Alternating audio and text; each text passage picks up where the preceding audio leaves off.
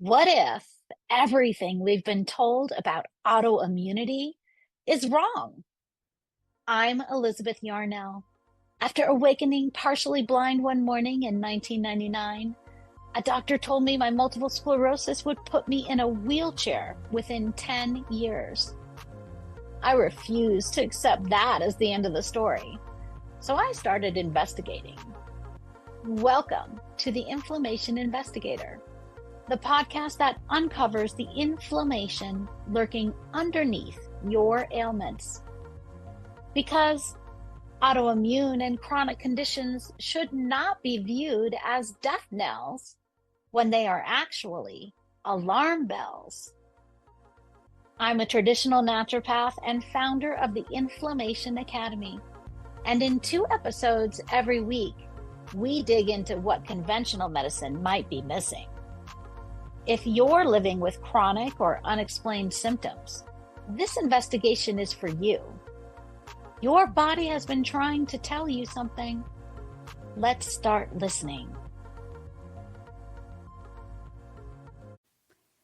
In the last solo episode, we were talking about the results from the Environmental Working Group's body burden study on the cord blood in newborn babies. If you haven't listened to that episode, I recommend going back and listening to it because it is truly horrifying. Today, we're going to talk about the tolerance bucket. Let's picture the immune system as a bucket. Into that bucket go all of the insults and assaults of our daily lives that the immune system needs to address. Remember that long list of assaults and insults that I rattled off in a previous episode? The one that includes everything from lack of sleep to prescription drugs to air pollution? All of those have to be processed by our immune system in order to protect the health and integrity of the body and maintain pain-free functioning.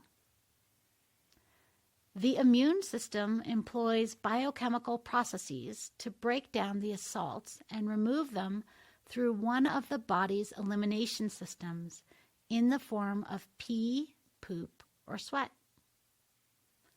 The level in this imaginary bucket is constantly rising and falling based on our lifestyle, nutrition, stress levels, and exposures to toxins.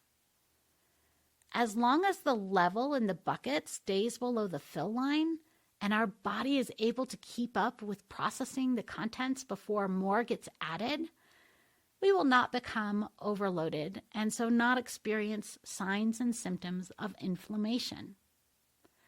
However, when the bucket overflows into symptoms, it indicates the immune system has reached a saturation point where the body can no longer cope and maintain the stasis or balance needed for health.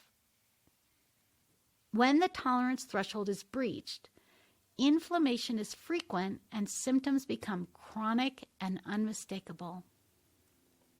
There is a famous episode of I Love Lucy where Lucille Ball loses control of chocolates coming off a conveyor belt in a chocolate factory. Her job is to wrap each chocolate in paper as it passes in front of her station.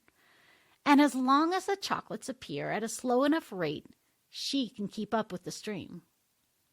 But when the line speeds up, she becomes overwhelmed by a deluge of chocolates, and hilarity ensues as she tries to stash extra chocolates in her dress, in her hat, and of course, in her mouth.